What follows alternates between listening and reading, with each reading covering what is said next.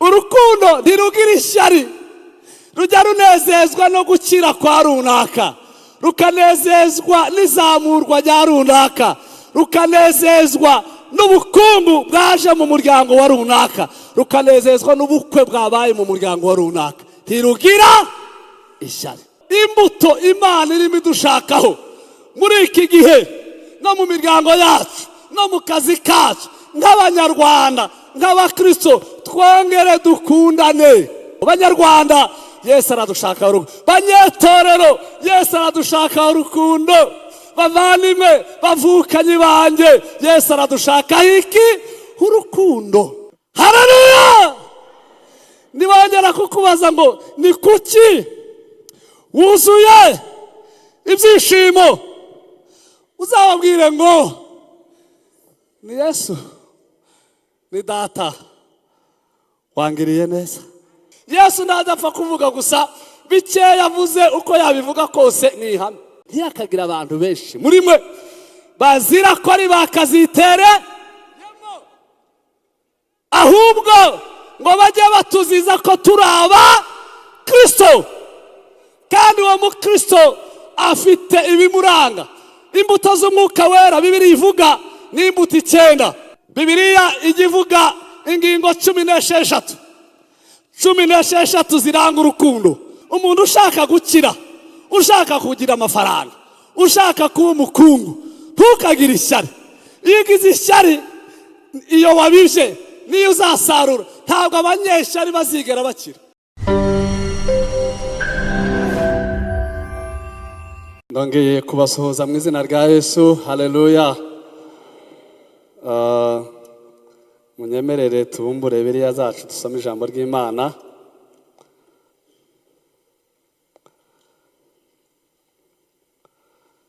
Urwandiko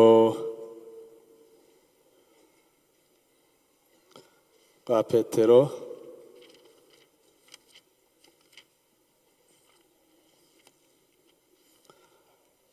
urwandiko rwa Petero ni urwandiko rwa mbere, igice ni cya 4, umurongo wa 12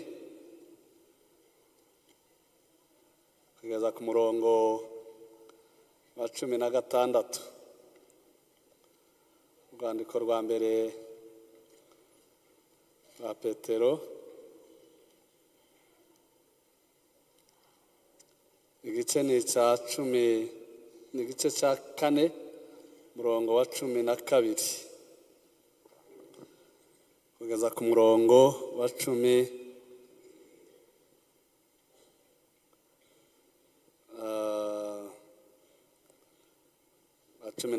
Dusome mu izina rya Yesu. Ndaza kuvuga n'ahandi hatatu dusoma. Bakundwa, mwe gutangazwa n'ikome ryo kubagerageza riri hagati yanyu ngo mumere nk'abagushize ishyano, ahubwo munezezwe nuko mufatanije imibabaro ya Kristo, kugira ngo muzanezerwe mwishime bihebuje ubwo ubwiza bwe buzayishurwa. Ubwo mutukwa babahora izina rya Kristo murahirwa, kuko umwuka w'ubwiza aba kuri mwe, ari we mwuka w'Imana. Ntihakagire umuntu wo muri mwe ubabazwa bamuhora kwica cyangwa kwiba cyangwa gukora inabi yindi cyangwa kuba akazitereyemo. Ariko umuntu nababazwa azira kuba umukristo, ntagakorwe n'isoni, ahubwo ahimbaze Imana kubw'iryo zina. Kuko murongo wa 17 tukatusome, kuko igihe kigiye gusohora rubanza rukabanziriza mu binzu y'Imana. Ariko se niba rubanziriza kuri twe, iherezo ry'abatumvira ubutumwa bwiza bw'Imana rizamera rite? Kandi niba biruhije ko abakiranutsi bakizwa, utubaha Imana n'umunyabyaha bazaba he? nuko rero abababazwa nk'uko Imana ibishaka nibabitse uwo muremyi wo kwizerwa ubugingo bwabo, bagumye bakore neza. Amen. Reka nongere kandi nsome ubutumwa bwiza bwa Matayo igice ubutumwa bwiza bwa Matayo igice cya 21 umurongo wa 18. Ubutumwa bwiza ko bwanditswe na Matayo igice ni cya 21 umurongo wa 18 kugeza ku murongo wa 20. Dusome mu izina rya Yesu. Matayo 21:18 kugeza umurongo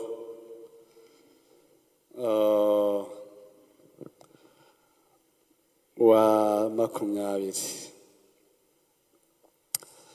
Bukeye bwaho mu gitondo kare asubira mu murwa arasonza, abona umutini iruhande rw'inzira, arawegera asanga utariho imbuto keretse ibibabi gusa.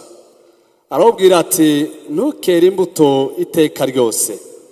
Muri ako kanya uruma. Abigishwa babibonye baratangara bati mbega uhereye ko wuma muri aka kanya?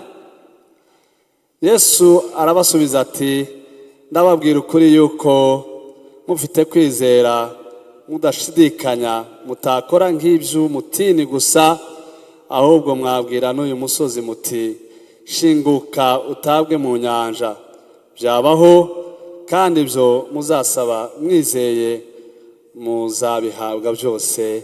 Amen.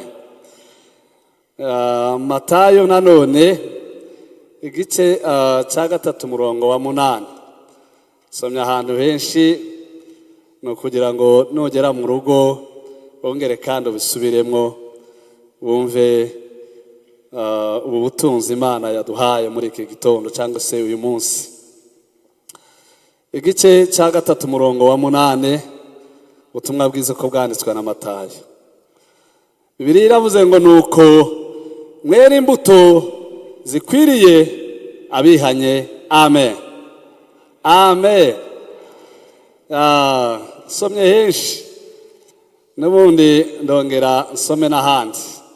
Abagalatiya 5:22.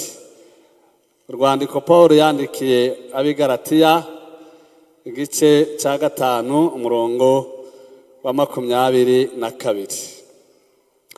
Ariko rero imbuto z'umwuka ni urukundo n'ibyishimo n'amahoro no kwihangana no kugira neza n'ingeso nziza no gukiranuka no kugwa neza no kwirinda. Bimeze bityo nta mategeko abihana. Amen.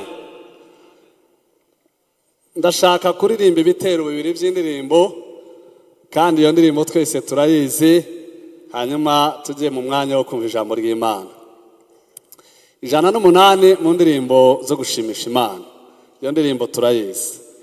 Ngenda umukristo zahora ndiwe mu bintu byose ngeze kugupfa. Ngenda umukristo urambihamya nawe igihugu cyose cyanseka. Ngenda umukristo kuko usigaye nkunda Kristo nicyatumye apfa yazize njyewe nabuzwa neke ndabuko icyatumye haleluya yazizewe nabuzwa neke kuyamutu yewe ngenda umukristo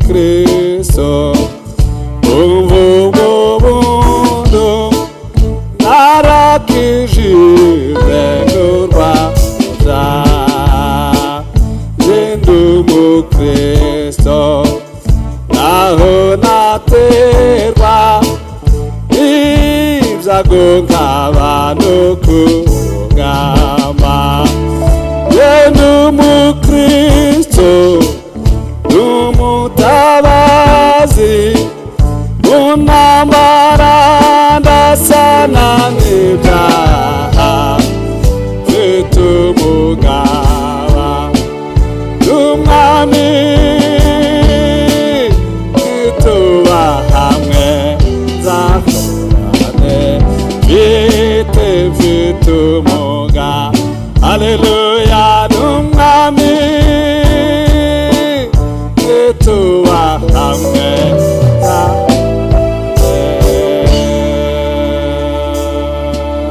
haleluya. Ndanezerewe cyane kongera kubana namwe muri iri teraniro ry'uyu munsi. Nejeje kandi nuko Imana yabimfashijemwo, aho nturutse ni kure ariko ntabwo ari cyane, kandi hariho imirimo runaka nari mfite nabyo narimo ngira ngo byose ndebe ukuntu mbiringaniza neza kandi bikemera. Imana ihabwe icyubahiro ko ibinshoboje bikemera kandi tukaba twongeye kubonana. Imana ibihimbarizwe. Ndabaha intashyo z'umushumba wacu Rurembo kuko ubuyobozi mwabinsabye, hanyuma nawe mukabimenyesha kabimpera uburenganzira, kandi yambwiye ngo mbasuhuze mwakira izo ntashyo ziwe. Tugiye kuganira ijambo ry'Imana dusomye mu bice bitandukanye byinshi, kandi nshaka ngo tubikurikire neza. Ufite ikaramu yandike, ndetse n'ushobora na kuba yanabifata. Ikoranabuhanga ryarabaye ariko biranashoboka hariya, kuko iyo tubishatse dusura kandi kwibonera hariya. Itorero ryabikoze neza cyane, ubishaka wabikurikira hariya, ariko nifuza ko na nyuma yo kuva hano ugeze mu rugo ubikurikirane. Wongere kandi wikorere isuzuma, urebe ngo uru rugendo narugenda mwonte, uru rugendo niki nakongera kandi kubyo ndimo nkora no ku bukristo bwanjye. Ijambo tugiye kuganira ni ijambo mwumvise ryagarutse mu bice byose twasomye, ni ijambo ryo kuba umukristo.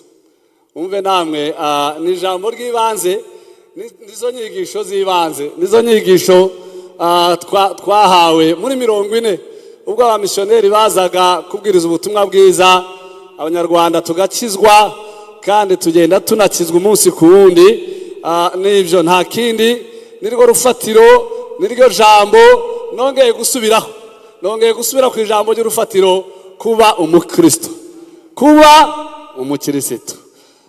N'ayo magambo niyo turi buganire, kandi hari biranga uwo muntu uwo mukristo. Ibyo ibimuranga n'ukwera imbuto z'umwuka wera. Mu yandi magambo turaza kuganira imbuto z'umwuka wera z'abakristo. Nibyo tuganira, kwera imbuto z'umwuka wera udutuyemo, kwera imbuto z'umwuka wera udutuyemo. Nayo niyo magambo tuganira, kuba umukristo no kwera imbuto z'umwuka wera udutuyemo.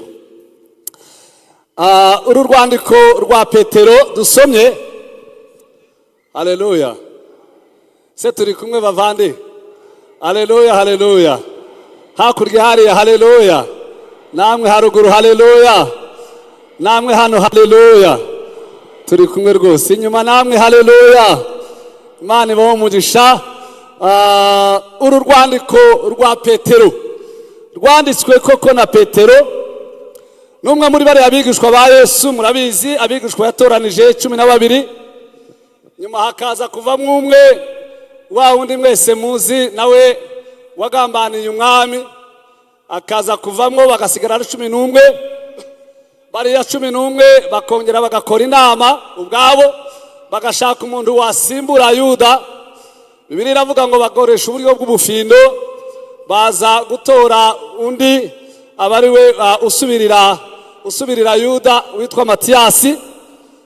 Matiyasi nawe nta kindi gikomeye Bibiliya imuvugaho, nta kindi gikomeye uretse ko duheruka bamutora.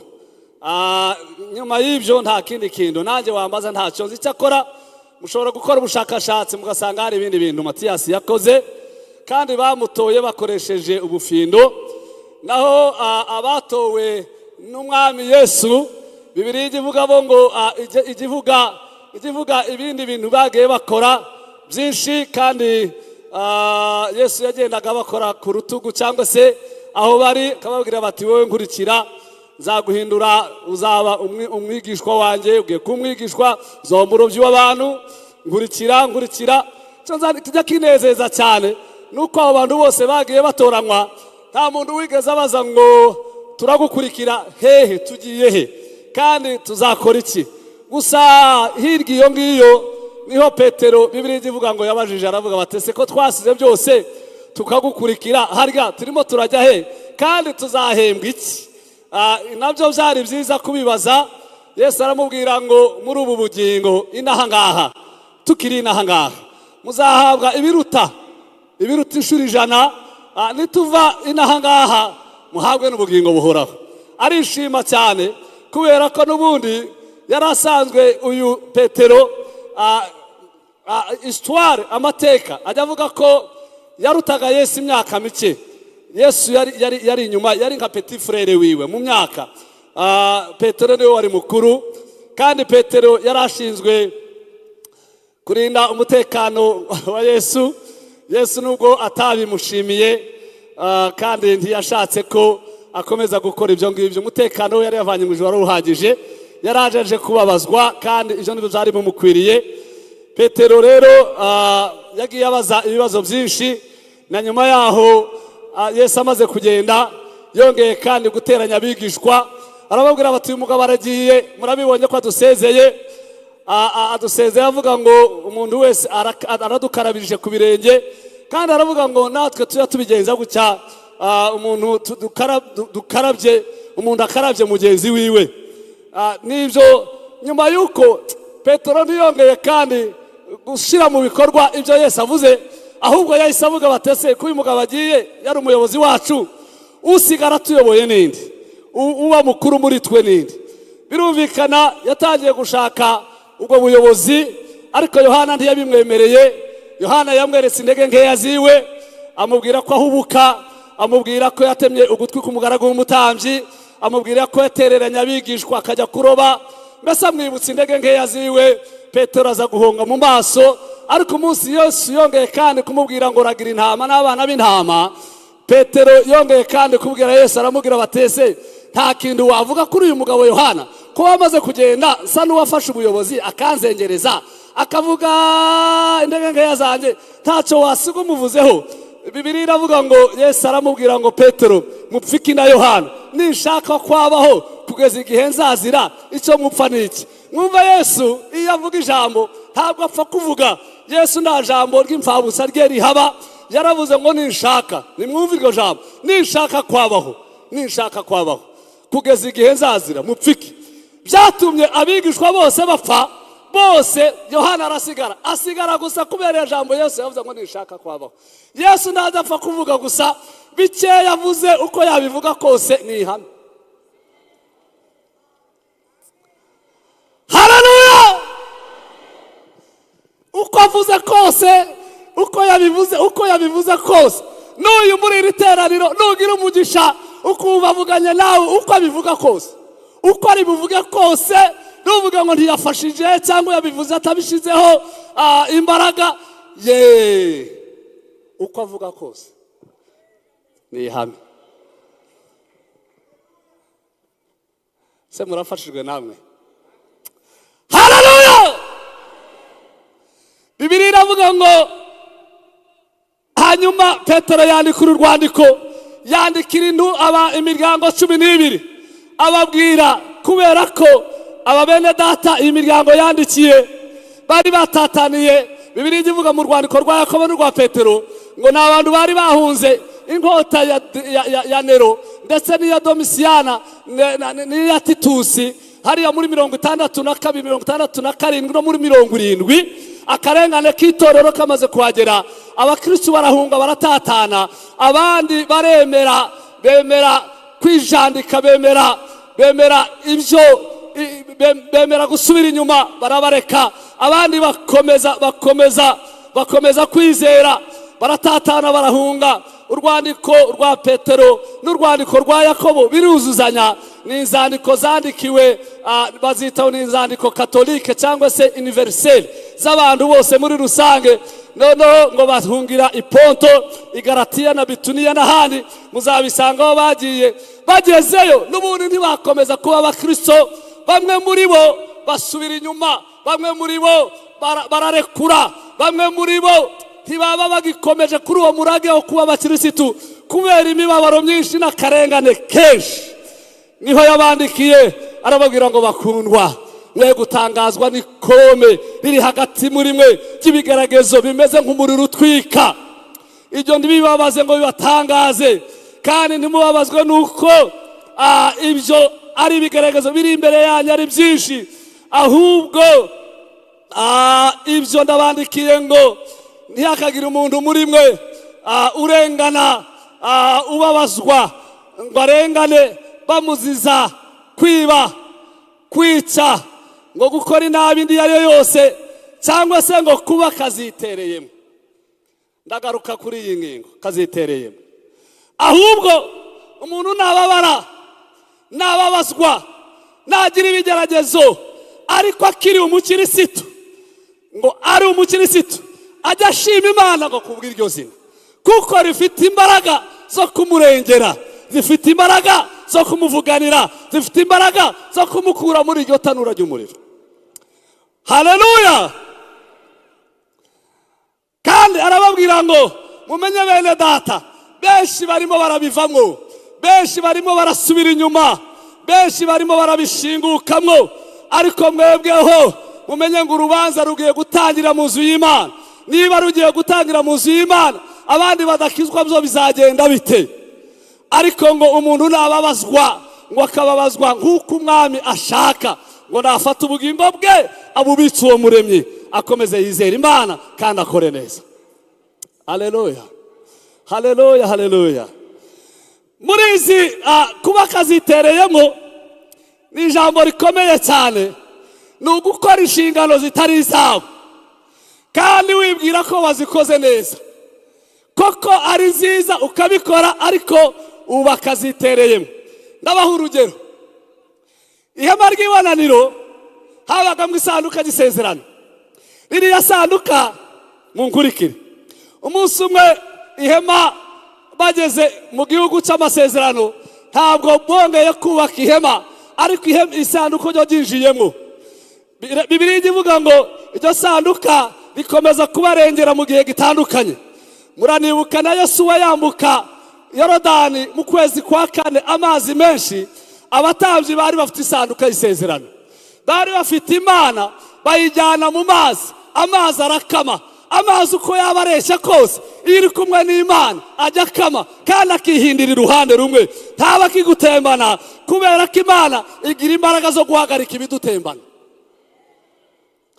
Bibiliya iravuga ngo iyo Mana isanduka bararyambukana barigera hakurya, byakomeje gukora imirimo. Ariko igihe kimwe byasanduka, igihe cya Dawidi, Abafilisitiya bararwana, bararijyana, bararihunga, bararijyana. Abisiraheli babaho badafite Imana, badafite isanduka y'isezerano. Nibateza ibyago, nibabwira inkuru muzi, nyuma baza kurirekura, ariko barihekesheje inka, iraza ngo irizanira Abisiraheli. Bibiliya iravuga ngo yangiratsikira. Hanyuma hari abantu, umugabo witwa Uza, ngo yihutira kujya kugira guteyeme, kuriramira rigiye kwitura hasi, ariko Uza arapfa kandi yakoze neza. Se mubona uriya mugabo atararenganye? Namwe mugiye muba abacamanza, mubona atararenganye? Uza ntiyarenganye? Ntiyarakwiye gushimirwa? Ahubwo umuntu waramenye isanduka y'isezerano rigiye kwitura hasi, buriya Uza ntabwo yarenganye. Uza yabaye kazitereyemo. Mu bantu bari kuramira isanduka y'isezerano, ntiyabaga mu rutonde rwabo, kuko atabaga mu rutonde rw'abaramira, hanyuma akabazitereyemo. Imana iramukubita, ntiyakagira umuntu muri mwe, ntiyakagira umuntu muri mwe ubabazwa gukora nabi cyangwa kuba kazitereyemo. Ndabyibuka umunsi umwe, nkuza kubivuga cyane, ndimo nigisha ishuri, hari urugero, hari umunyeshuri wigeze arambwira ngo ngafitanye ikibazo ngo na pastori wiwe, ngo kubera kuko pastori yaje akererewe, hanyuma uwo yari umudiyakoni. Pastori akererewe, asanga arayobora gahunda, ntiyigera pastori mikrofone ngo yakira abantu, hanyuma arakomeza ayobora gahunda. Igihe kiragera berekana abageni, wa mudiyakoni arabaranga, pastori yicaye aho ngaho, hanyuma asezerana iteraniro, nuko bati ubuntu bw'umwami wacu Yesu Kristo mugende yari aho ngaho. Ubwo kandi mugire ngo nuwakure, naringiye kumuvuga izina ry'iyo mwahitaga mumenya, ariko ndabiretse, sinzi ukuntu ryari rigiye gusohoka aka kanya. Hanyuma arambwira bati tugira nibazo na pastori, none mwarimu wanje abanyeshuri bamwe bari aha ngaha, ngira ngo none umunsi abitubwira nabo bari bahari, nimo mbigisha ndambise mbabona. Hanyuma ati se ndabigenza gute pastori? Ariko mana yanjye, nubwo nanjye ndakijijwe, ariko iyo ndakizwa nari kureba umugeri mwiza ushyushye nka ubu, ariko kuko wabaye kazitereyemo, genda umusange umusabe imbabazi, hanyuma ntukongere kuba kazitereyemo. Umuntu ajya akora inshingano ze, azikore neza, azinoze, Imana izazimuhembera. Ntiyakagira abantu benshi muri mwe bazira ko ari bakazitere, ahubwo ngo bajye batuziza ko turaba Kristo, kandi uwo mukristo afite ibimuranga. Imbuto z'umwuka wera Bibiliya ivuga ni imbuto 9. Reka mbabwire tutarazigeraho. Yesu ngo yarimo agenda mu gitondo, ngo akinguye mu gitondo cya kare, ngo agenda ngo ajya gushaka imbuto kugira ngo arye, azishakira ku giti cy'umutini. Niko Bibiliya yavuze, ngo ahageze ntiyazibona, arazibura, ngo asanga hari ibibabi gusa byonyine. Aravuga ngo wagitiwe, nashonje, naginza inzara, ndashaka imbuto, none nazibuze, kuko zibuze ndakuvumye, ntukongere kwera imbuto ukundi. Ngo ako kanya, niko Bibiliya yavuze, ngo igiti ngo gihera ko kigira gute, ngo kiruma, ngo abigishwa ngo batangazwa nuko cumye ako kanya. Mbese arabivuze gihita cuma. Yesu arashonje, kandi inzara afite, arashaka kurya ku mbuto zacu, imbuto twera. Ibiryo bya Yesu ntabwo ari amasaka, si imyumbati, si ibishyimbo, arashaka kurya imyitwarire yacu, imbuto zacu. Ntabwo mwijuru hazagenda abibibabi, oya, mwumva icyo giti cyari gifite ibibabi ariko kitagira imbuto. Yesu warakivuma. Kiriya giti ni urugero rwa Isiraheli. Byarabaye koko, Isiraheli igihe kimwe yabuze kwera imbuto, hanyuma muri 60 murabizi Isiraheli, nicyo gihe Isiraheli kugeza uyu munsi nta rusengero ruhari, cyakora hari ubuhanuzi buvuga ko urusengero ruzubakwa, kandi nirwubakwa rukuzura Kristo azaba agarutse. Ni kimwe mu bimenyetso byo kuzamuka ku itorero. Icyo gihe ticongera, kandi kiriya giti kirazira ko kidafite, nagira ngo musubiriremo, kirazira ko kidafite ikiyeme, imbuto. Izi mbuto Pawulo yavuze ziri mu bice bitatu, n'imbuto ziri mu bice bitatu, n'imbuto 9 ariko ziri muri kategori 3. Ndagira ngo tujyane. N'imbuto 9 ziri muri kategori 3. Izi mbuto 9 mu Bagalatiya bazivuze, reka nongere zibasubiriremo. Bibiliya yavuze ngo ni ibyishimo, ni urukundo, ni amahoro, ni ukwihangana, kugira neza, ingeso nziza, gukiranuka, kugira neza no kwirinda. Izi mbuto ziri mu bice bitatu. Igice cya mbere, munkurikire, igice cya mbere, imbuto Imana idushakaho. Igice cya mbere ni imbuto zishingiye ku mibanire yacu n'Imana. Kategori ya mbere ni imbuto zishingiye ku mibanire yawe n'Imana. Ni imbuto twera zishingiye ku mibanire y'Imana yahamagaye yacu n'Imana. Iya mbere Bibiliya yavuze ni urukundo. Izi mbuto ndagira ngo tuziganireho gato. Arizo mbuto Bibiliya yavuze ngo twere imbuto zikwiriye abihanye. Ni urukundo. Uru rukundo rufite Bibiliya igivuga ingingo 16 ziranga urukundo, ibisobanuro by'urukundo. Kandi uru rukundo ni urw'ingenzi. Bibiliya iravuga ngo guhanura kuzakurwaho, ibintu byose ngo bizashira, ariko ngo hasigara iki? Urukundo. Kandi umuririmbyi yaravuze ngo iyaba bose bari baruzi ngo ijuru ryakabaye riri hehe? Riri hafi. Ntabwo ijuru ryajya kure cyane tubaye tuzi urwo rukundo rw'Imana. Bibiliya ivuga ngo urukundo icyambere rurihangana. Ni urukundo rwihangana mu muryango, mu guterwa n'ibigaragazo byinshi n'ubuzima bukomeye bukakaye, ariko ufite uru rukundo no mu bibanire n'abandi, no mu migirirane n'abandi, no mu kazi ka buri munsi, ufite uru rukundo uwera imbuto Yesu ashaka. Urukundo rugira gute yeme? Rurihangana. Icya kabiri, Bibiliya ikavuga ngo rugira neza. Rugira neza, rutarobanura ku butoni. Rugira neza, rugira umutwaro mu gitondo na nimugoroba bwo kugira neza. Kandi ngo rujya rwishimira, rukishimira ukuri.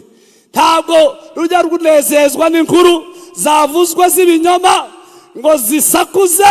Oya, urukundo rujya runezerwa, rukanezezwa n'ukuri. Ahari ukuri rukanezerwa cyane. Ntabwo rujya runezezwa n'ibinyoma, rujya runezezwa n'ukuri. Icya gatatu, ngo rukizera byose. Rwantangaje urukundo. Kandi ngo rwizera byose, rukihanganira byose, kandi ngo ntiruzashira. Indi kategori, rufite icyo ruvuza. Bibiliya ikavuga ngo ntirugira ishyari. Ugira ishyari nta rukundo agira. Kandi mbabwire, umuntu ushaka gukira, ushaka kugira amafaranga, ushaka kuba umukungu, ntukagire ishyari. Iyo ugize ishyari, iyo wabije niyo uzasarura. Ntabwo abanyeshyari bazigera bakira. Ntabwo abanyeshyari, ishyari ni ikintu kibi cyane cyane. Urukundo ntirugira ishyari, rujya runezezwa no gukira kwa runaka, rukanezezwa n'izamurwa rya runaka, rukanezezwa n'ubukungu bwaje mu muryango wa runaka, rukanezezwa n'ubukwe bwabaye mu muryango wa runaka. Ntirugira ishyari. Urukundo ntirwirarira. Kwirarira ntabwo nabitinda, ariko birumvikana. Niba hari ikitagenda, ntabwo rujya rwihagararaho. Ntirwirarira, ntirwihagararaho, rushaka kubikosora.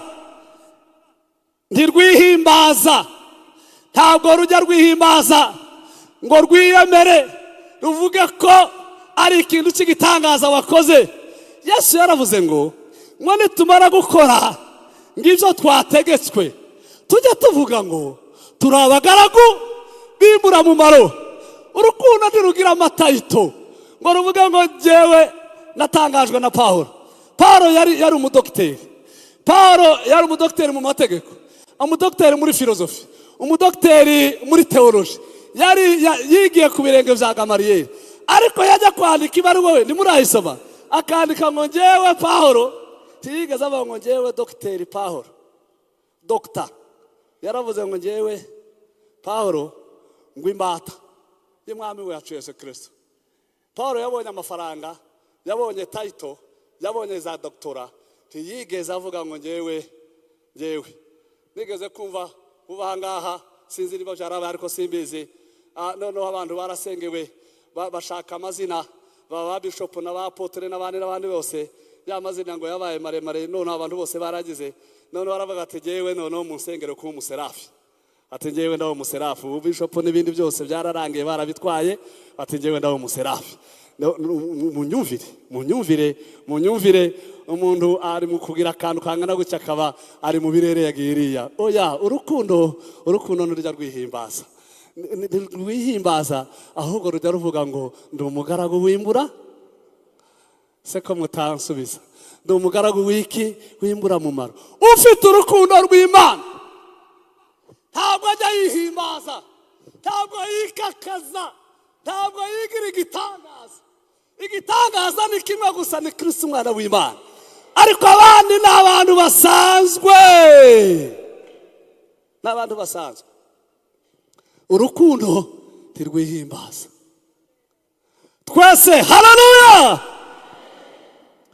Urukundo ntirukora ibiteye isoni, ntirushaka inyungu zarwo, ntirwihutiraho, ntirujya ruhubuka.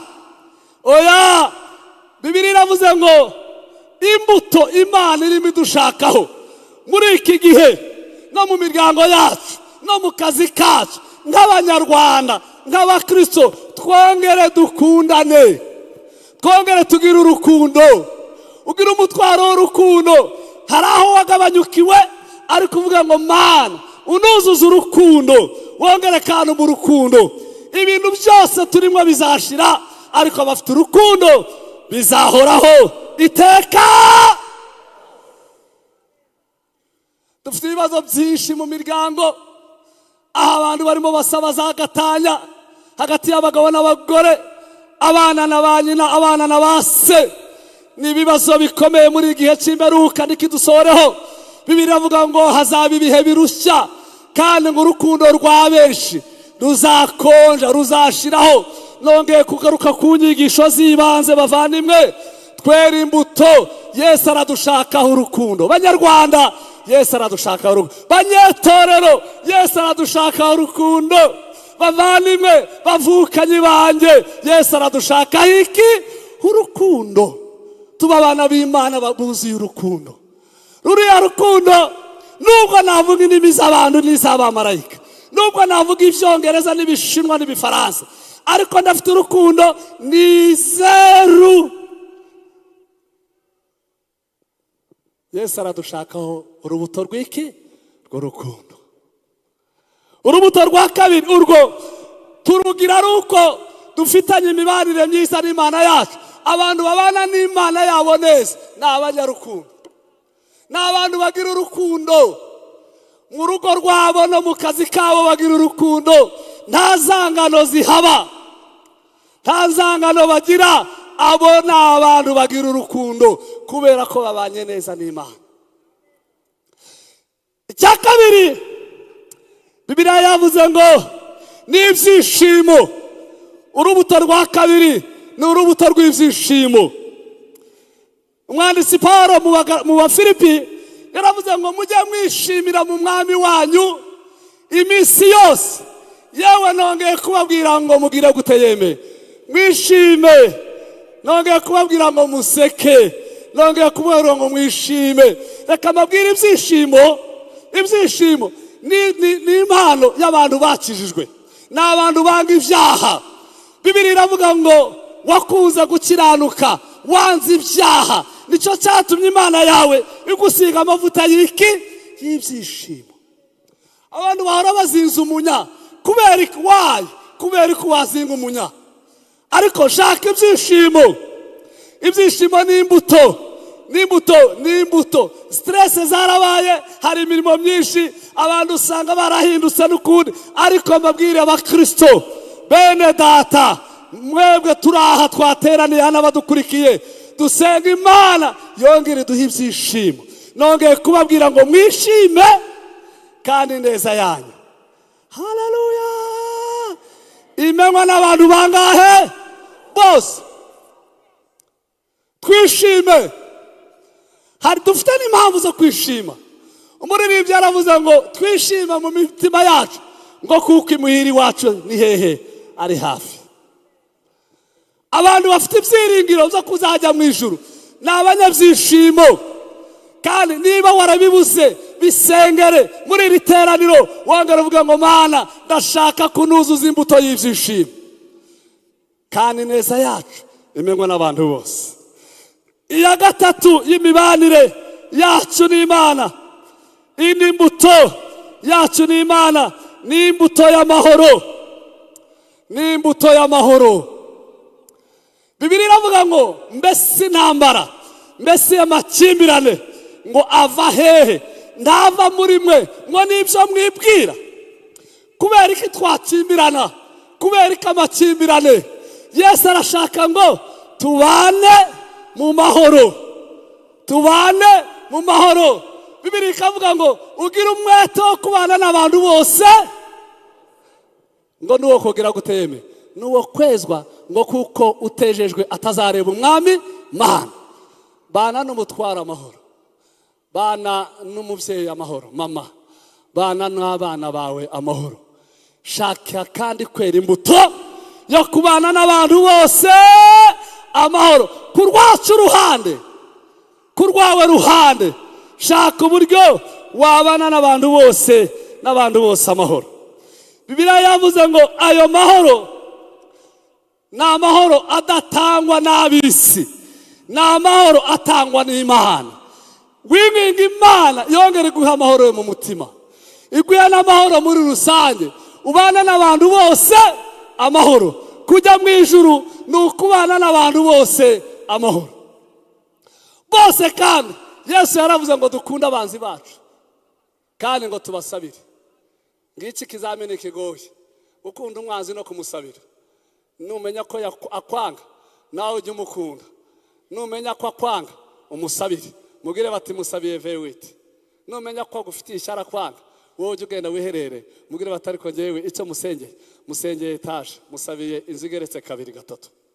Ese ibyo twabishobora? Mbega ikizamini we, mbega ikizamini we. Umuntu nakwanga, wowe ujye umusabira igeretse 3. Mugire bati Mana aranyanga, kandi nawe urabizi ko anyanga, ariko njyewe musabiye etaje. Kandi ko ubikore nta buryarya. Gutsinda nuko umusabira etaje, azabona ayo mahoro yawe, nawe ahindukire abe umunyamahoro. Imbuto Yesu adushakaho nuko twongera kandi kwera imbuto y'amahoro. Icyo ni icyiciro cya mbere cy'imibanire yacu n'Imana. Imana irashaka ko twera imbuto y'urukundo, y'ibyishimo, y'amahoro. Ibyo ni ibiranga ko dufitanye imibanire yacu n'Imana. Ikindi cyiciro cya kabiri ni imibanire yacu n'abandi, ni imbuto twera hagati yacu n'abandi, imibanire yacu n'abandi. Muri iyo mibanire yacu n'abandi hariho imbuto yavuzwe ya 4 yitwa kwihangana. Kubera iki twihangana? Nuko tubana n'abantu mu buryo bugoye kandi butoroshye. Tubana n'abantu mu buryo bugoye, mu buryo butoroshye. Iteka ryose Sipiriye ngira ngo sinongera kumukoresha, ariko nongeye kubivuga n'ikindi gihe. Iteka ryose abantu na kamere y'abantu baba bashaka, abantu bashaka iteka ryose n'abantu bafite kamere yo guhora bagenda bagutega imitego. Iyo niyo kamere ya muntu. Cyangwa se ashobora no kugucinyiza, ariko humura, nawe ntaho yagiye. Ibyo ngira ngo nigeze kubivuga, kandi nawe ntaho yagiye. Nagufata akagutsindagira hasi, nawe ntaho yagiye mwajyanye. Kuko ubu fashe Sipiriye ku bitugu bye nkamwicarira, nanjye ntaho nagiye, nta ntambwe nateye. Ubu yamanutse, nanjye twamanukanye nawe. Niba Sipiriye ndashaka ko ari bugende, ngahagarara imbere ye, nanjye ntaho nagiye. Ndibukomeze kuba muraya gusa, ndibukomeze kuba muraya. Nawe nahajya, ari nanjye ndi muraya ngaye. Ubu se jewe nagiye ntaho nagiye. Kubera ko ndabyuka ngambirira byinshi bitari byiza kuri we, kandi nkabishyira mu bikorwa. Nyamara Bibiliya ikavuga ngo ibyo umuntu abiba, ibyo umuntu agira gute abiba nibyo asarura. Ntabwo nasarura ibishyimbo nabibye ibigori. Umuntu asarura ibishyimbo kubera ko yabibye iki? Ibishyimbo. Ibyo umuntu abiba nizagira gute yeme. Tugira umwete wo kubahanganira gerageza. Byihanganire gerageza. Byihanganire niko kubitsinda. hahirwa bihangana ibigeragezo, nibamara kwemerwa bazambikwa ikamba ry'ubugingo. Indi mbuto ya kane, ya gatanu twera ishingiye ku mibanire yanjye nawe, ni imbuto yo kugira neza. Yo kugira gute yeme? Yo kugira neza. Imbuto yo kugira neza. Bibiliya iravuga ngo nitwagera mu ijuru, nitwagera hehe? Mu ijuru hari ikibazo Bibiliya yateguwe tuzabazwa. Yesu azatubaza ikibazo kivuga ngo nari nshonje murangaburira, nari nambaye ubusa mugira gute? Muranyambika, nari ndwaye muransura, nari mu nzu y'imbohe n'ubundi muransura. Bibiliya iravuga ngo tuzamubwira ngo twakubonye ryari, twakubonye ryari. Nawe ngo azatubwira ngo barya mwabikoreye bato, boroheje bari inyuma y'abandi, ni jyewe mwabikoreye. Yongere kandi aterura ijambo avuga ngo nimuze bagaragu beza, mwakiranutse murisha, mweguriwe umunezero wa shobuja, ni mwijira umunezero wa shobuja. Dore imbuto Yesu adushakaho ni ukugira neza. Reka mbabwire, umwanditsi w'Abaheburayo yaravuze ngo kugira neza, ngo no kugira ubuntu, ngo ntitukagire gute yeme? Ntimukabyibagirwe ngo kuko ibitambo bisabirwa ari byo binezeza iki? Imana. Imana mu ijuru iratwenga igaseka. Naringiye guseka ariko ntabwo ndi Imana. Imana iziseka cyane ikanezerwa ibonye ineza wakoreye mwene data. Ineza nto wakoze, iyo wakoze ineza muri quartier, Imana iraseka ikamwenyura, igaseka. Niba hari ibitambo bijya binezeza Imana, ni ugukora neza. Twese haleluya. Kugira neza no kugira ubuntu ntimukabyibagirwe, kuko ibitambo bisa bityo ari byo binezeza Imana. Iyo umuntu abibye neza, abibi neza akayibiba, arayisarura. Ntimwibuka Yonatani na Dawidi? Ntimwibuka ineza Dawidi, Yonatani yabibye kwa Dawidi, arayibiba y'urukundo, arayibiba. Hanyuma Dawidi apfa, nako Yonatani apfa, nta musaruro abonye kuri iyo neza yabibye. Ariko biravuga ngo igihe kiragera, akana ke kitwa nde hajya bavandimwe? Kitwa nde harya? N'akana kitwa nde hajya bene da? Kitwa Mefibosheti. Kandi ngo kari Lodebari, bigeze kutwibwiriza hano, nanjye ngo munsi nari natererane hano. Lodebari kandi koko nagiye kubishakisha sanga ari byo. Lodebari ni ro na debari.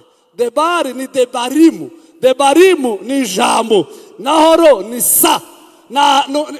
Mefibosheti yabaga ahantu atagira ijambo, yari ahantu atagira agaciro. Ariko muri uko kutagira agaciro no kutagira ijambo, ise witwa Yonatani yabibye ineza yabibye, imuvana ahantu atagira ijambo, imwicaza ku ntebe y'ibikomangoma, asangira na Dawidi. Ibitambo bisa bityo bijya binezeza Imana. Haleluya. Bijya binezeza Imana. Dukora ineza Imana inezerwe, ibitsa ahantu ineza wakoreye runaka isasarurwa n'urubyaro rwawe. Kandi nkubwire, hari n'igihe ushobora kuzava muri uyu mubiri wowe utabonye neza wabibye, ariko Imana ntikiranirwa. Ntabwo Imana ni nkaho umuntu wabika amafaranga kuri banki. Yego tuyabika, ariko tuhabike ni neza. Turebe neza tubika kuri mwene data, urayabitse nubwo byahinduka, iyo neza uzayiturwa, iyo neza abana bawe izabatunga. Tugire neza. Iriya neza rero n'imbuto Imana ishaka, n'imbuto Imana ishaka. Indi mbuto ya gatatu bavuze mu cyiciro cya kabiri ari imbuto yo kwihangana, kugira neza, n'indi mbuto y'ingeso nziza. Ingeso nziza, Bibiliya yavuze ngo mugire ingeso nziza hagati y'abapagani, nibabona ingeso zanyu nziza ngo bahere ko bahimbaze Data wo mu ijuru. Tekereza, kuvuga ubutumwa ntabwo ari uguhagarara hano, si ukuririmba, ni ukugira ingeso nziza iwawe muri quartier, ni ukugira ingeso nziza ku mutware wawe n'umugore wawe, ni ukugira ingeso nziza ku bana n'abo muturanye no mu rusengero. Bibiliya yavuze ngo ibyo nitubikora ngo abantu bazahimbaza Imana, abantu bazaturagara muri quartier bahimbaza Imana, kubera ko dufite ingeso nziza. Iyo ni imbuto Yesu ashaka, ingeso nziza. Hari ingero z'abantu bagiye bagira ingeso nziza, Imana irahimbazwa ku bwabo. Ntabwo nshaka kubijyamo. Indi mbuto yindi ni icyiciro cya gatatu, ariko nshaka gusorezaho, ni imibanire yacu ubwacu. Hari imibanire yacu n'Imana, hari imibanire yacu ubwacu, hari twebwe n'abandi, hakaba n'imibanire yanjye nanjye. Si cyo Kinyarwanda kirumvikanyira? Kirumvikanye cyo? Imibanire yanjye, yego, imibanire yanjye nanjye. Uzi ko hari abantu banibanira nabi? Se babaho abantu bibanira nabi, batazi no kwibanira ubwabo. Yesu yavuze ngo iriya mibanire yacu ubwacu, dore imbuto ya mbere igaragaza imibanire yacu ubwacu natwe, ni imbuto yo gukiranuka. Iyo ukiranutse uba wibanira neza, nukora ibyiza ugakiranuka, mu yandi magambo wibanira neza. Kandi nukiranirwa wibaniye nabi, uzabisarura kuko wibaniye nabi. Ariko nukiranuka ni imbuto yo kwibanira neza. Kandi uku gukiranuka, Bibiliya iravuga ngo umunsi yandikiye itorero rya Simuruna, araribwira ngo ntutinye ibyo ugiye kugaragazwamo byinshi, ahubwo ngo ujye ukiranuka ugeze ku gupfa, nanjye nzaguha ikamba ry'ubugingo. Kwibanira neza dukiranuka ni imbuto Imana ishaka. Kiranuka, kiranuka, kiranuka, kiranuka, nanjye nzaguha ikamba ry'ubugingo. Reka ngaruke kuri iriya mbuto igituma abantu bahimbaza Imana, iriya y'ingeso nziza n'amahoro, iriya yo kugira neza. Umuririmbyi yaravuze ngo abantu nibakubaza bakakubwira ngo ni kuki wuzuye amahoro, nawe ngo uzababwire ngo Yesu yangiriye neza. Haleluya! Nibongera kukubaza ngo ni kuki wuzuye ibyishimo, uzababwire ngo ni Yesu, ni Data wangiriye neza. Abantu nibakubaza ni kuki uhorana ibyishimo, nawe uzababwire Yesu. Abantu nibakubaza ni kuki uhorana amahoro, nawe uzababwire ni Yesu wangiriye neza. Imana irashaka ko twera imbuto z'amahoro n'ibyishimo, kandi tuvuge ngo Yesu yatugiriye neza. Umuririmbyi yararirimbye, koko umuririmbyi yaririmbye indirimbo ngo Yesu aduha amahoro atarondoreka, kandi aturinda no mu byago no mu makuba. Aya mahoro tugira umwete wo kubana n'abantu bose amahoro. Nari ngarutse kuri ya mibanire yacu n'abandi, ariko noneho nje ku mibanire yacu ubwacu.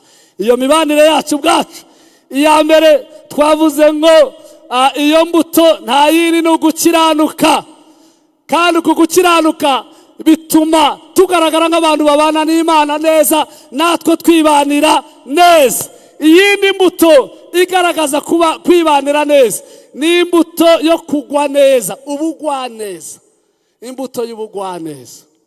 kwirinda umushiha, kwirinda umujinya, kwirinda ahubwo tukagwa neza. Nasomye Bibiliya irambwira ngo Mose yari umugwaneza ngo kuruta abantu bose, yari umugwaneza kuruta abantu bose. Mose, reka mbabwire uburyo yari umugwaneza. Mose umugabo witwa Aroni ni mwene nyina, ni na mwene se. Mushikiwe nawe witwa Ndehargara yitwa Miriyamu. Umunsi umwe baraje babwira Mose bati dore bati wanarongowe n'umugore w'umunyamahanga. Hanyuma baramubwira bati uri niki ntuzi no kuvuga uradedemanga. Kandi bamubwiye ibintu by'ukuri, ntabwo bamubwiye ibintu by'ibintu, bamubwiye ko adedemanga. Kandi koko yari yarongoye kwa Yetiro, ariko kwa Yetiro aho yari yarongoye bafitanye ibisanira iriya Yetiro na Mose.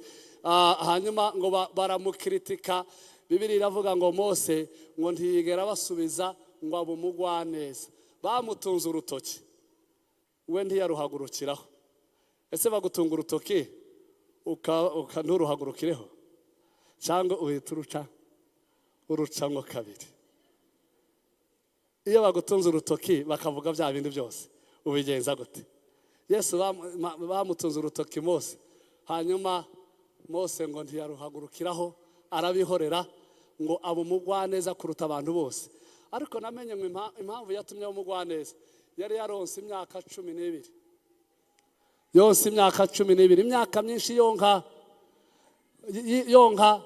yonse imyaka myinshi, ahaga amashereka ya mama we. Ariko nta muntu wakonka imyaka 12.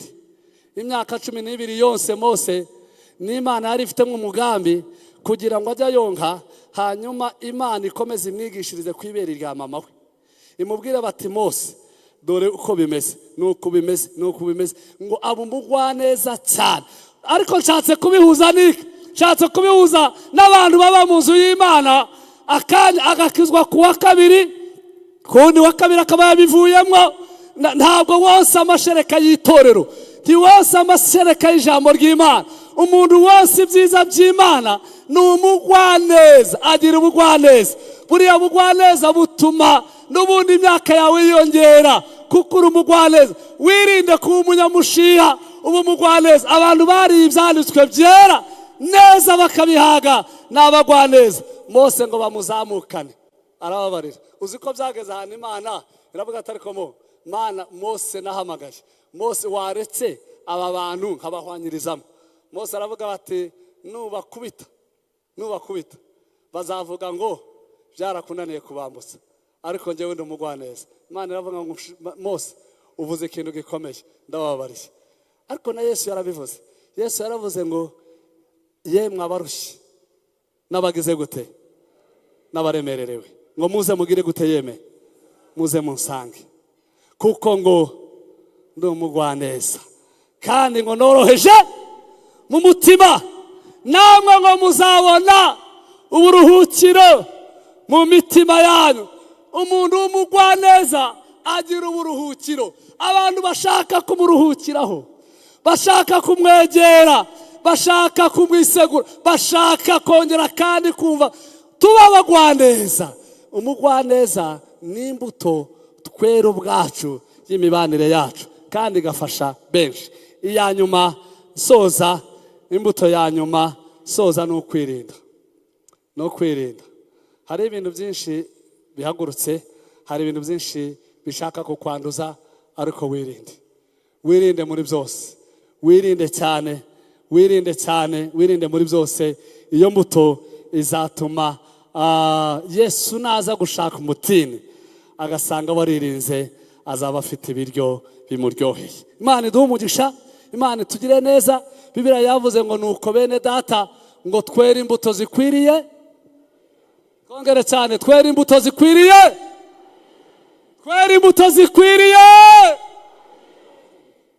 Yakagira umuntu muri mwe ubabazwa, aba akazitereyemo kwiba cyangwa se kwica. Kandi abantu batekereza ngo kwica ni ugufata icyuma gusa, ariko no kugambirira nabi ukamwifuriza ibyo bibi byose, tayari wamwishe. Mubyumve neza. Natangariye Imana mushumba, reka nsoreza. uzi ko Imana izaduhembera no kugambirira neza. Mujya mutekereza ngo Imana izaduhembera aya mafaranga dutanga n'iyi mirimo twakoze. Imana izaduhembera no kugambirira neza.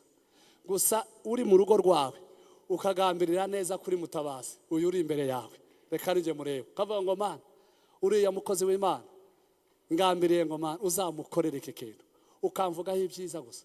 Ibyo uzasanga biri mu gitabo. Bazakubwira ngo wa munsi watuye amagambo meza kuri runaka, dore ingororano. Uzi ko tuzahemberwa no kugambirira neza. Gusa n'imigambi myiza utabonye uburyo bwo kwishira mu bikorwa, wenda ukabigambirira, hanyuma amakontereta akaboneka, hakabaho n'ibintu bituma udashobora gusohoza ibyo wagambiriye, ariko ibyo bitakuturutseho, Imana izabiguhembera ko wagambiriye neza. Nico kimwe ko Imana izahana abagambirira nabi. Ugira imigambi ntuyishire mu bikorwa, ariko kuko wabigambiriye nabi biranditse mu gitabo cy'ibihano ko wagambiriye nabi. Tujye tugambirira neza. Gukorera Imana ntabwo ari ugufata amafaranga gusa ngo tuyatange, ahubwo no muri riteraniro utangire kugambira neza. Tangira kwifuriza Sipiriyani, mubwire bati Sipiriyani ndashaka kuzaba hano, Sipiriyani ndi mu bukwe bwiwe, Sipiriyani zaba ndi hano kwa Sipiriyani hari abantu bamugaragiye, zaba ndi hano Sipiriyani bamukwikiyemo impeta, zaba ndi hano Sipiriyani. Ugambire neza, bigambirire neza. Ibyo byonyine nubwo gusa ibyo ubigambire neza kuri uwo mwicaranye, uwo muntu mwicaranye ni Imana yamukuzaniye ngo mugambireho ibyiza, mubwire umwatureho icyiza. Gukorera Imana ni kwatuza akanwa kacu ngwaturireho ibyiza, ibyo umwaturiyeho biri mu ngororano.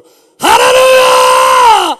Tujya tugambirira neza, Imana izabiduhembera. Biri mu gitabo cy'imirimo, biri mu gitabo cy'ibyo tuzagororerwa. Ariko se ujya kugambirira nabi ngo uzabihanirwe, ariko wagambiriye neza, wagize imigambi myiza, Imana izaduhembera no kugambirira neza no kuvuga neza byonyine. Reka nkubwire icyanyuma. Mwumvise ijambo natangiriyeho, navuze ngo Yesu ntajya apfa kuvuga. Iyo avuze uko yavuga kose ni ihame, uko yavuga kose ni iki? Ni ihame. Yabivuga bikomeje, yabivuga byoroheje, yabivuga ari urwenya rwa Yesu ni ihame. Gusa uwagira umugisha na Yesu akamuvugaho urwenya rwa Yesu ni ihame. Nawe hakurya, haleluya, urwenya rwa Yesu ni ikiyeme, ni ihame. Nawe gambirira neza, vuga neza, atura ibyiza ku bana bawe. Kwatura birarema. Atura ibyiza ku mugore wawe, atura ibyiza ku mutware wawe. Mubwire bati uhereye umunsi umwana wanjye runaka Moses, mwana wanjye Moses mwaturiyeho, dore Mana ibyo mwaturiyeho nibi, ibyo mwaturiraho birarema. Ntimuzi iyi si twicayeho, iyi twubatseho, iyi fondation, iyi si yaremwe n'ijambo. N'Imana yahagurutse gusa iravuga ngo isi ngo igire gute, hanyuma bigenda gute? Amabuye araza aritsindagira, itaka, izahabu, korota, byose biritsindagira. Gusa yavuze ijambo ry'umukirisitu ry'uwera imbuto zikwiriye abihanye rirarema. Haleluya! Tujya tugambirira ineza kuri bagenzi bacu no ku rubyaro rwacu, bizakomezanya.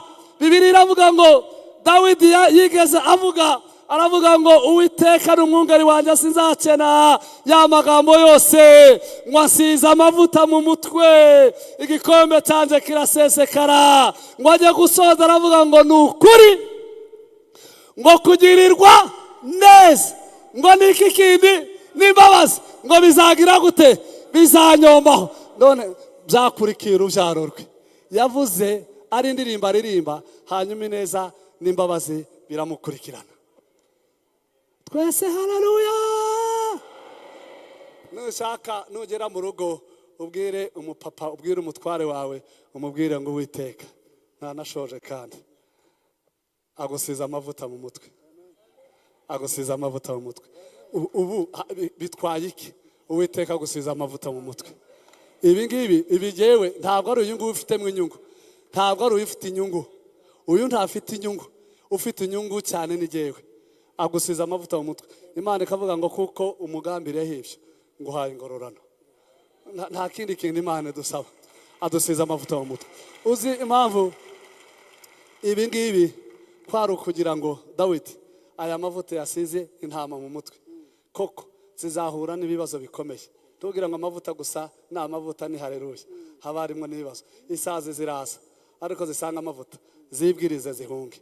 Ibibugu bize nibijya kudondaho bigende, uburondwe nibuze nibujya gufata bunyerere, nihagira ibintu biza bije gusekura binyerere, kubera kuko hari amavuta asize mu mutwe. Uwiteka agusiza amavuta mu mutwe, agusiza amavuta mu mutwe. Aravuga ngo kugirirwa neza n'imbabazi by'Imana ngo bizakomaho iminsi yose. Haleluya! Tujya twatura ibyiza tuvuga ngo kugirirwa neza, ineza y'Imana n'imbabazi by'Imana bizakomaho n'urubyaro rwawe iminsi yose. Yesu nawe avuga ngo kuko wabivuze. Twese dutere haleluya ndende. Ngize imbuto Yesu adushakaho.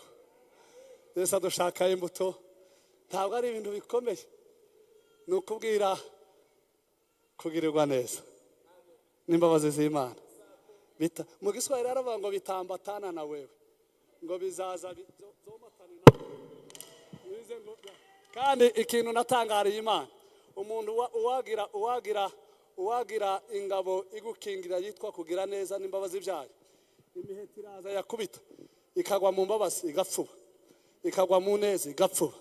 Ibintu byose byagambira bibi byaza byasanga imbabazi, imbabazi zikabwira ngo izi mbabazi namushizeho nizo zituma adashiraho. Wewe urashaka kumurangiza ariko njyewe namushizeho imbabazi z'Imana. Haleluya! Imbabazi, compassion izi imbabazi zidaziturinda. None atura imbabazi ku bana bawe no kumutwara, umubwire ngo kugirirwa neza n'imbabazi nanjye mbikubuzeho bizakomaho iminsi yawe yose. Imana iduhe umugisha mu izina rya Yesu Kristo, amen.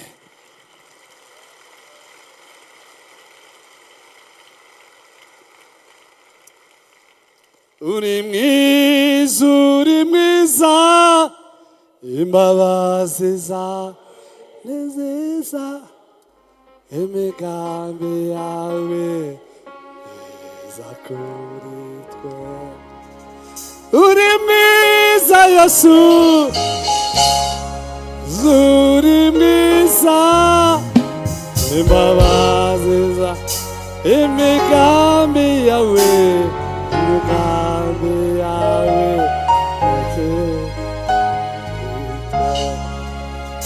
uri mwiza Yesu, uri mwiza, imbabazi, imigambi yawe, imigambi yawe mwiza. Oh, uri mwiza Yesu,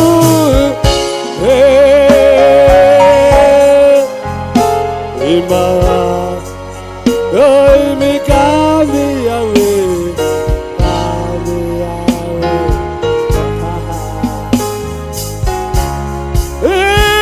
Uri mwiza Yesu, uri mwiza, imigambi yawe, imigambi yawe.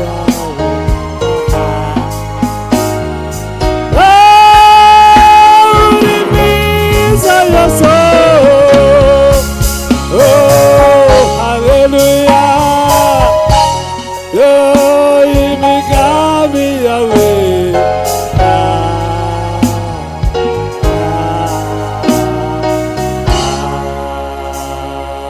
Twese haleluya. Ntabwo ari impanuka uwo muntu wakwicaye iruhande, ntabwo ari impanuka n'Imana yabigambiriye. Reba akantu umubwire, reba ijambo ryiza umubwire, reba ijambo ryiza umwaturaho, ritekereze. Fikingi tekereza ijambo umubwira. Ndashaka nanjye ibyo ari byo byose hagira umuntu uza kumbwira, nanjye hagira umuntu uza kumbwira nawe ijambo ryiza n'ubuhanuzi. Hagira umuntu uza kumbwira nanjye ijambo hano, nanjye urimbwire umbwire ijambo ryiza.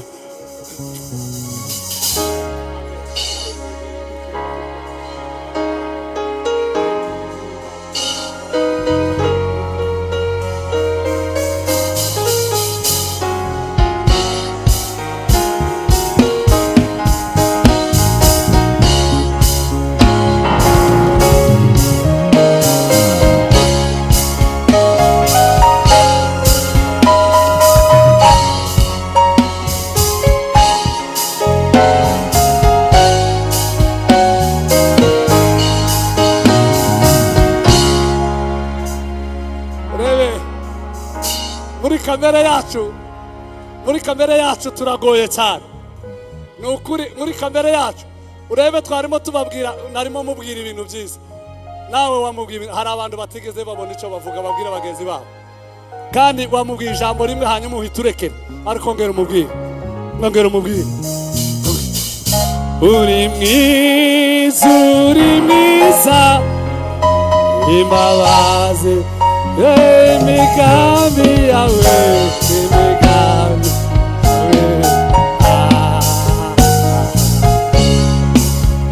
uri mwiza Yesu.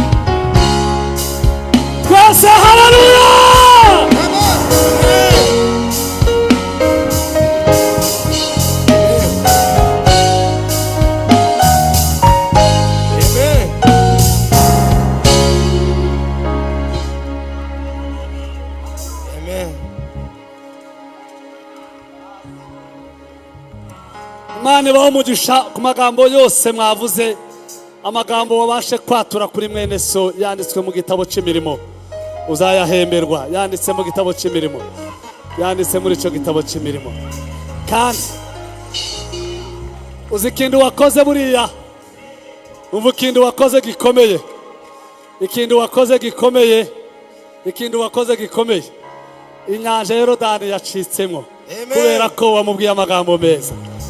Kandi iyi nyanja ya Yorodani yacitsemo, mwene so aciye ahumuka. Haleluya!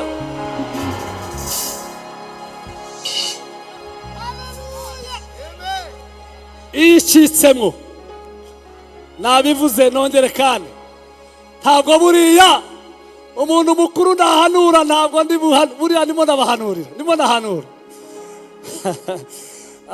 Dore yamaze gucikamwo amazi arirundanya, arazamuka abo umusozi, ariko ayo mazi akaza agasatira aje gutemba, ariko kubera ko hari icubahiro cy'Imana cyari hagati ko waturiyeho, amazi agatinya kugira icyo yakora. Iyo twatuye amagambo meza kuri bene data, tuba duciyemo inyanja, tuba duhagaritse ibimutembana byose. Biya byose byiteguye kugutembana, Imana ibahagarikisha amagambo meza. Bibiliya ikavuga ngo ni ukuri.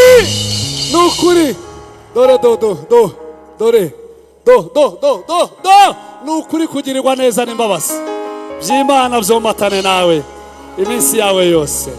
Imana iduhe umugisha.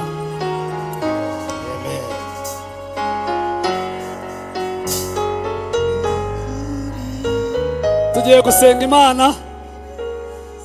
gusenga Imana kandi turakora umwitozo mwiza. Urasengera nanone uwo mwicaranye, umusengere. Nongeye kandi kuza kugusengera, ngwino ngusengere, nawe unsengere. Hari abakozi b'Imana babiri, nawe unsengere. na usengero wicaranye umubwire amagambo yose ashimwa n'Imana, kandi umubwire nk'umuntu uri gukora imirimo. Buriya mwumvise ko gusengerana Bibiliya avuga ngo mwaturirane ibyaha byanyu, hanyuma ngo musabirane kugira ngo mukizwe, kandi gusenga k'umukiranutsi kugira umumaro mwinshi iyo asenganye umwete. Umusengere mu izina rya Yesu Kristo. Kugirirwa neza n'imbabazi by'Imana byomatane na mwene data. Umusiga amavuta mu mutwe, igikombe cye gisesekare, umurikishiriza mu maso hawe hera mwene data, mu izina ryera rya Yesu Kristo umwami n'umukiza wacu. Ndamusengeye umugaragu wawe, inshuti yanjye, ndamusengeye. Mwaturiyeho ineza y'Imana, mwaturiyeho umugisha w'Imana, mwaturiyeho uburinzi no gukomera, mwaturiyeho mwami Imana yacu ubukire, mwaturiyeho mwami urugo rw'amahoro arindwa nawe, yuzura amahoro, yuzura ibyishimo, yuzura kugwa neza. Ijuru ryururuke kubwe, ijuru rimwishimire, ijuru rigendane nawe, ijuru rimuvugaho ibyiza, mugambiriyeho ibyiza. Data wera, ucecekesha ibintu byose.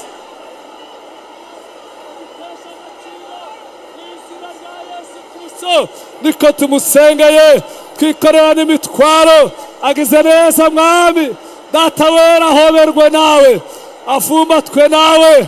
Haleluya. Yesu ajya ahorana neza, ahorane mwami. Uzi byinshi bimugoye, uzi bimubabaje, uzi bimuremerereye. Ndamusengeye, ndamukwingingiye mu izina rya Yesu. Yera imbuto, ahora yera, zigenda zera. Niwaza gushaka imbuto kuri we, mwami Imana yacu zibone. Agira umugisha nawe, agirirwa neza nawe, ahekwe nawe, aho bikomeye, aho umusozi uterera, ahari amabuye, ahari mwami, ahari isayo, umwambutse, umushirireho ibuye, akandagireho, yambuke, agirirwa neza nawe. Mana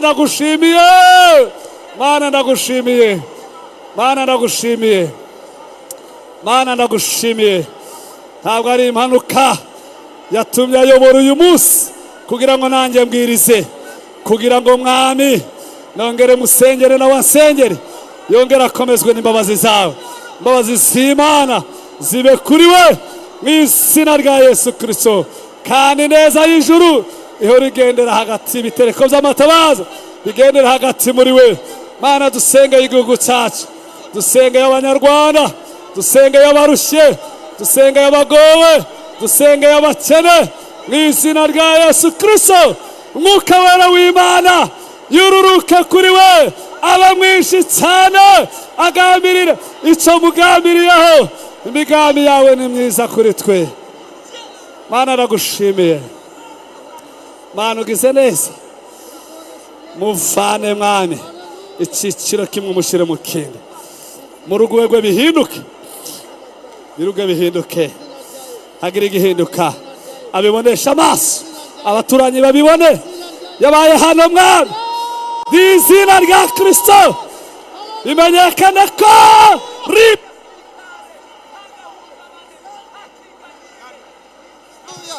urakoze Mana yacu, urakoze Mana y'igitinyiro, urakoze Imana yumva gusenga, uri Imana yumva ibyo usabwa. Abantu bose bazaza aho uri. Shimwa bakiranutsi bakurebyeho, bavirwa n'umucyo, mu maso habo ntihazagira ipfunwe iteka. Haleluya, haleluya. Imigunzu y'intare basha gukena no gusonza, ariko abagukunda, abakwambaza ntibazagira icyiza bakena, hakagira icyo akena. Haleluya, haleluya, haleluya. Iminsi yo kurama kwe iba iminsi y'imbaraga, iba iminsi y'umugisha, iba iminsi y'imbaraga, iba iminsi y'umugisha. Haleluya, haleluya, haleluya, haleluya. Iterambere no kwaguka, ibyo bintu turabisabye. Niko byagenze kwa Isaka, ngo abiba muri icyo gihugu, ngo agenda muri uwo mwaka ngo yeze inshuro 100, ngo umwaka wakurikiyeho agenda aba umukire, kugeza ubwo yabereye umukire cyane cyane, umukire cyane. Ngo nuko amakuru avuga kuri Aburahamu ngo yasaje ari umusaza, ngo umukire kuri byose, aba umukire kuri byose, umukire kuri byose. Ya Mana yacu tuyikomera amashyi menshi cyane, tuyikomera amashyi.